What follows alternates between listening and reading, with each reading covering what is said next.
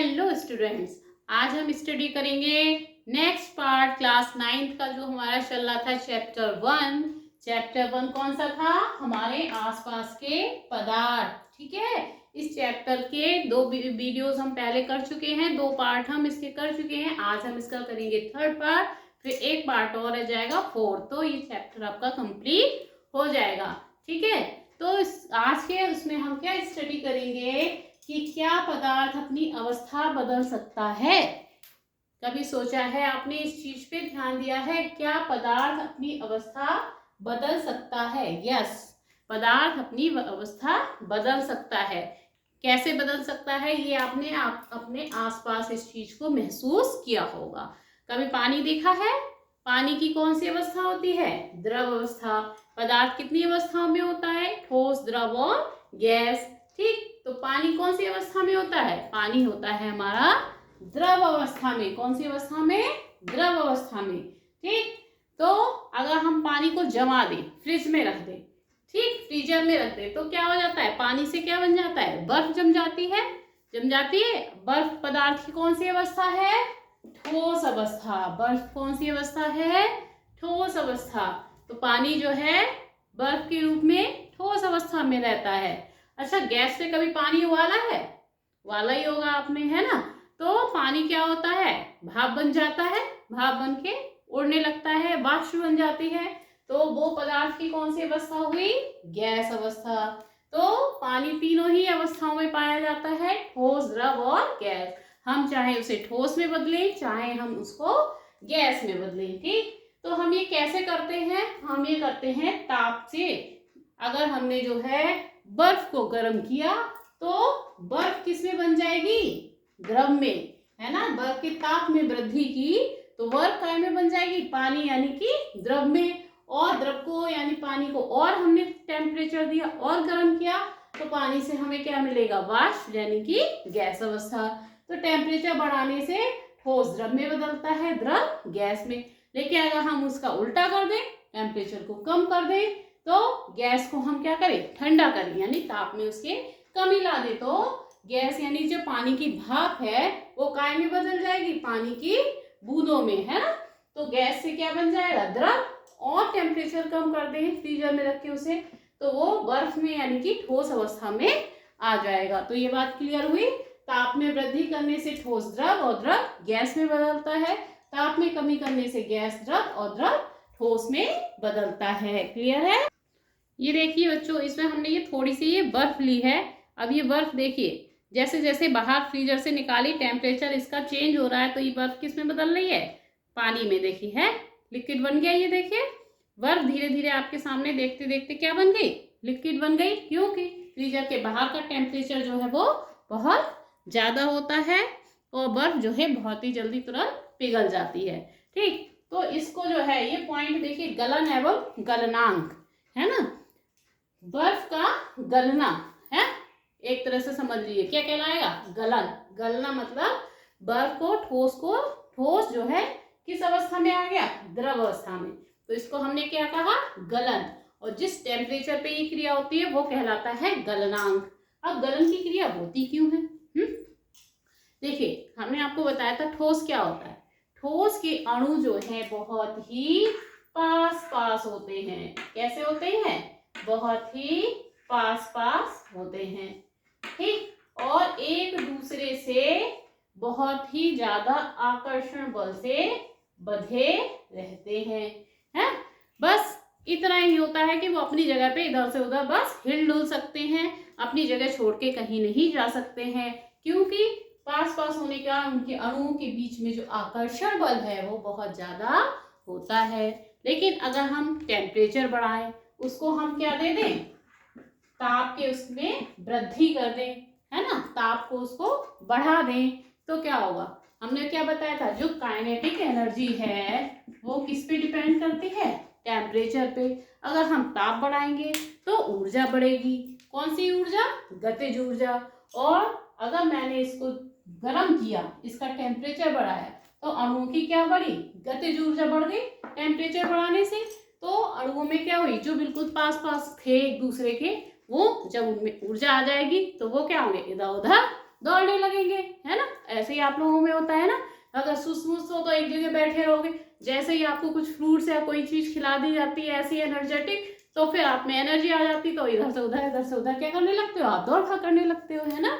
तो वही अणु का हाल है ना, जब इनको हमने एनर्जी दे दी तो ये क्या हुई, अपने जो आकर्षण बल है उसको छोड़ के इधर से उधर घूमने लगेंगे। और कौन सी अवस्था मिल जाएगी हमें, द्रव अवस्था, है ना। द्रव अवस्था में क्या होता है, अणु एक जगह पे रहते हैं नहीं, इधर एक से जगह दूसरे स्थान पे ये क्या करते रहते हैं, चक्कर लगाते रहते हैं, ठीक है। तो जब इनको ठोसों को एनर्जी मिली तो ठोस किस अवस्था में आ गए, द्रव अवस्था में, इनका आकर्षण बल कम हो गया, वो लिक्विड में वो उसमें इधर से उधर घूमने लग जाएंगे और ठोस जो है द्रव अवस्था में बदल जाएगा।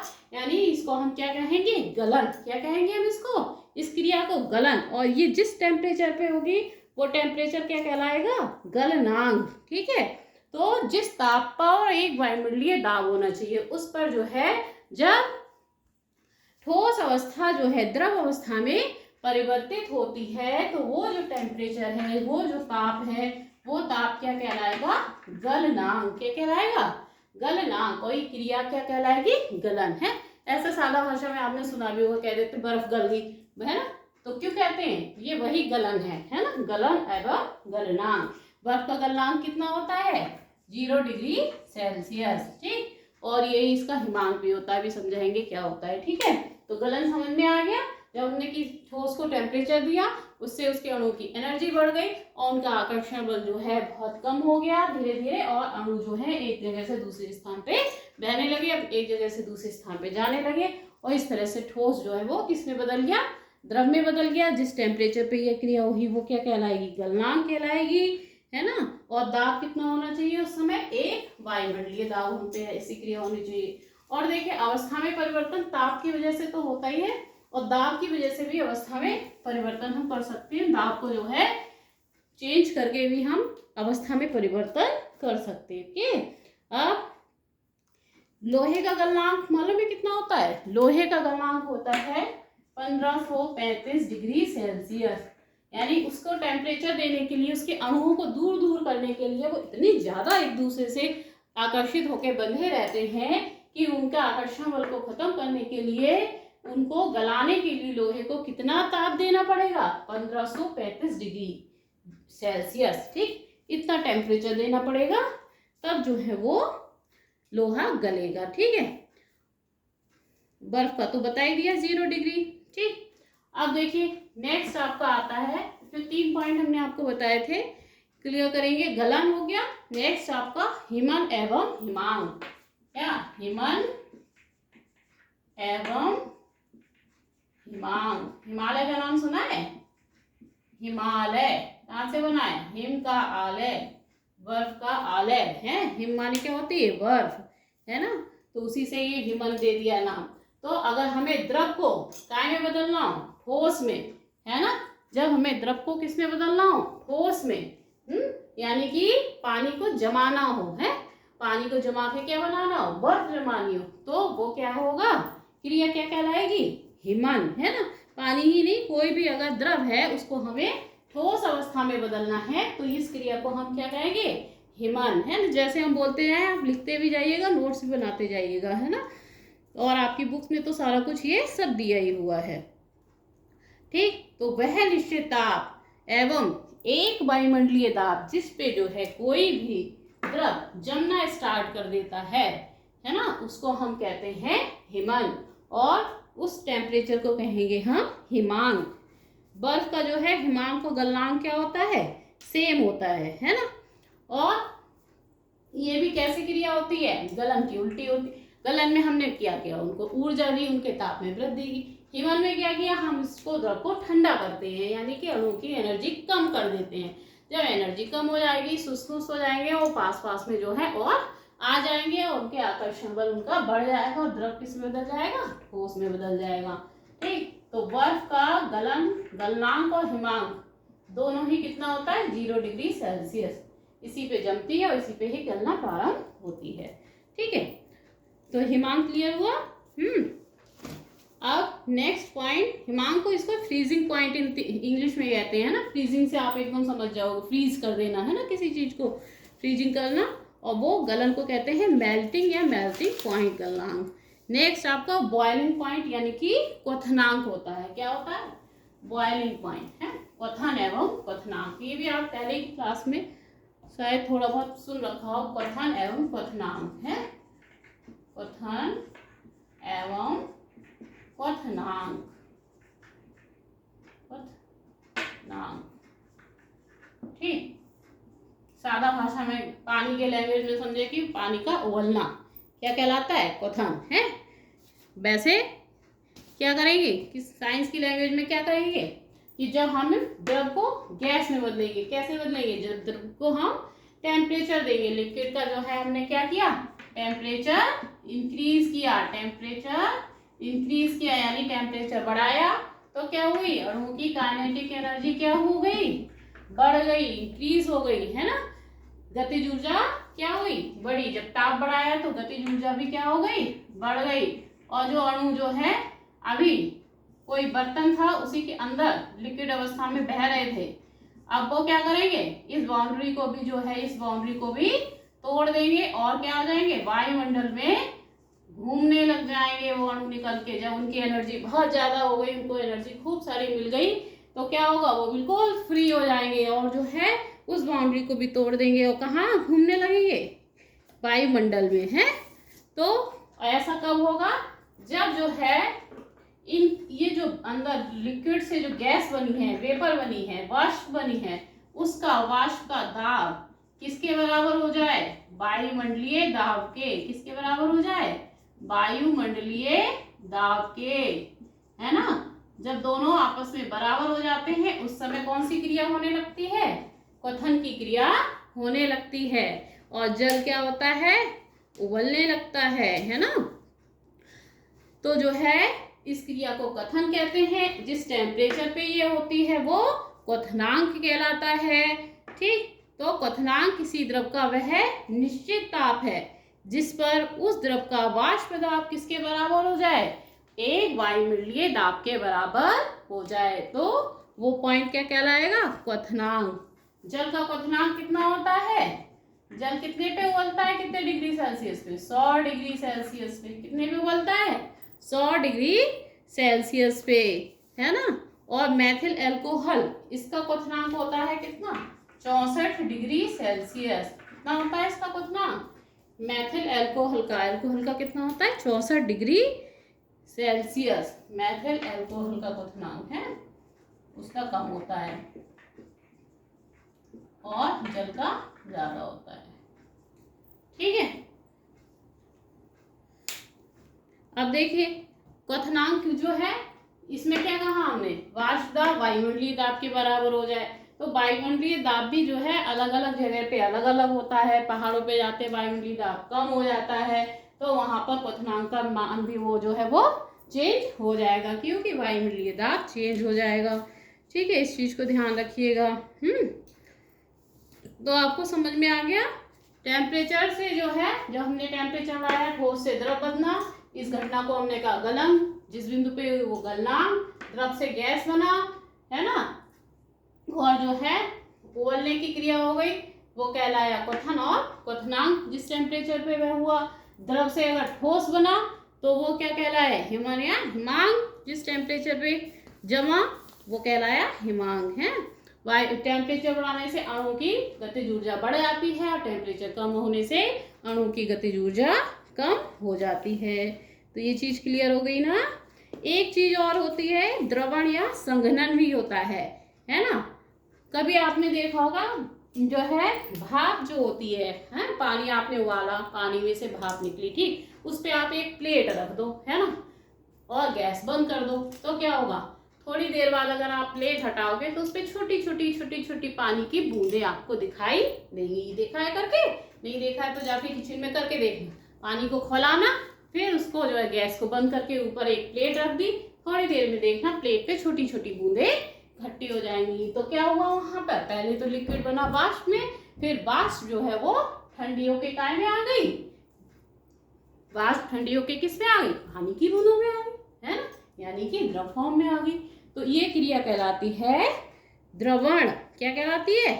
द्रवण। गैस का द्रव में बदलना द्रवण या इसको संघनन या कंडेंसेशन है ना, ये कहते हैं, कंडेंसेशन कहते हैं। ठीक, क्लियर हुआ। अच्छा, एक चीज और है, कुछ इसके न्यूमेरिकल्स भी पूछे जाते हैं। आपको एक दो न्यूमेरिकल्स हम बताते हैं इस चैप्टर के, बहुत ही इंपॉर्टेंट हैं। चलिए, न्यूमेरिकल से पहले इसमें एक दो चीजें और हैं। एक है आपका वाष्पीकरण, है ना। अगर जो है हमने गर्म किया तो द्रव वाष्प में बदला, वो कहलाया क्या, क्वथन। ठीक, उबलने लगा, उबल के जो है वाष्प अवस्था में आ गया।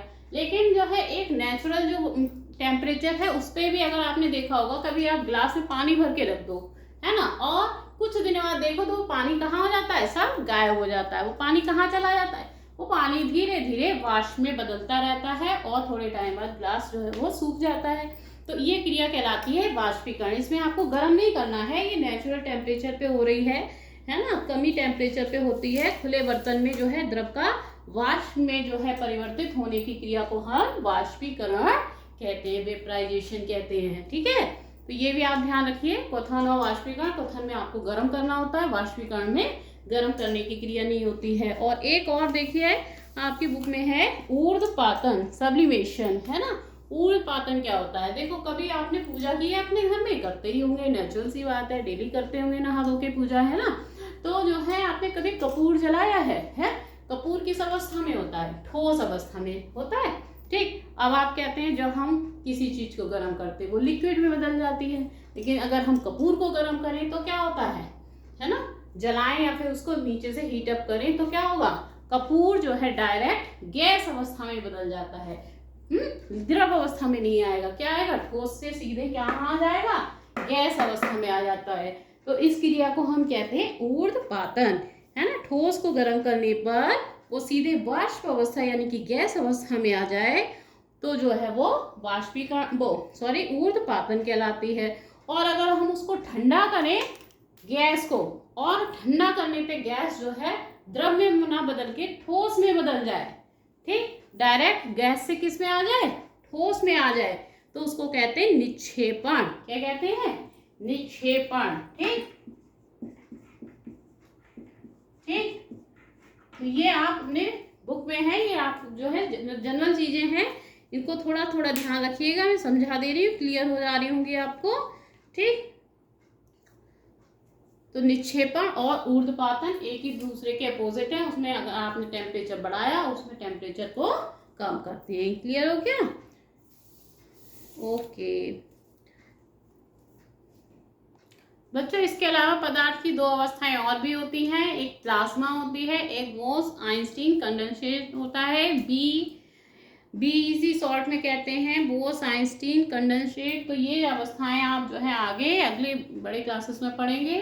ठीक है, अभी आपको ठोस, द्रव, गैस, तीन मेन अवस्थाएं ध्यान रखना है ना। वाष्पन क्या है, क्वथन क्या है, गलन क्या है, हिमांक क्या है, ऊर्ध्वपातन क्या है, निक्षेपण क्या है, ये सारी जो है डेफिनेशंस आप अच्छे से याद कर लीजिएगा। और जो है मैंने इतने अच्छे से समझाया है, और आप इसे नोट्स बना दीजिएगा। वीडियो को एक बार नहीं, दो बार, तीन बार देखिए बार बार, तो आपको हर चीज़ बिल्कुल क्लियर हो जाएगी। कोई डाउट रह जाए तो उसको आप जो है हमको कमेंट करके मुझसे पूछ सकते हैं। ओके, और इसके नेक्स्ट पार्ट एक और रह गया है, उसमें जो है हम इस चैप्टर को कंप्लीट कर लेंगे। उसके बाद हम इस चैप्टर की कुछ न्यूमेरिकल्स इंपॉर्टेंट जो हैं वो कराएंगे। ठीक है, ओके, थैंक यू।